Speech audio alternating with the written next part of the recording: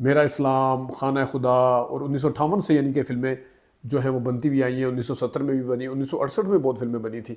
نور الاسلام شاید پہلے کی ہے بعد کی ہے، اور بھی بہت بے تحاشا فلمیں، خاک اور خون، یہ ساری فلمیں بار بار آتی تھی، بار بار لگتی تھی اور بار بار بزنس کرتی تھی. علی بھائی نے تو ویسی تاریخی فلموں میں ذرا زیادہ کام کیا ہے، تو ان کی فلمیں بھی لگتی تھیں اور آتی تھی. علی بھائی کی حوالے سے بھی اور رمضان کے حوالے سے بھی اللہ اکبر جو تھی، یہ پاکستان کی فلم انڈسٹری میں اگر دیکھا جائے تو اپنی نوعیت کی ایک واحد فلم تو نہیں میں کہوں گا، کیونکہ اس میں میری جو معلومات ہیں اتنی زیادہ نہیں ہیں، لیکن یہ بھی ایک یونیک فلم اس کو کہا جا سکتا ہے کہ جس میں ڈاکومنٹری میں کوئی اس میں گانا نہیں تھا. گانوں کے بغیر اور فلمیں بھی ہوں گی، لیکن اس میں اسلامی بیک گراؤنڈ کے ساتھ تھا. کوئی اس میں کریکٹر آپ کو چلتا پھرتا نظر نہیں آتا، صرف وائس اوور کے ساتھ، علی بھائی کی وائس اوور کے ساتھ اور ساؤنڈ افیکٹ کے ساتھ اور تلاوت کلام پاک کے ساتھ اور پھر نعتوں کے ساتھ اس ڈاکومنٹری کو بنایا گیا تھا، جو کہ اپنا ہی ایک الگ سا مقام رکھتی ہے. تو ناظرین، اور فلمیں بھی ہم آپ کو بتائیں گے. اپنا خیال رکھیے گا، ابھی تک کے لیے اجازت دیجیے. اللہ حافظ.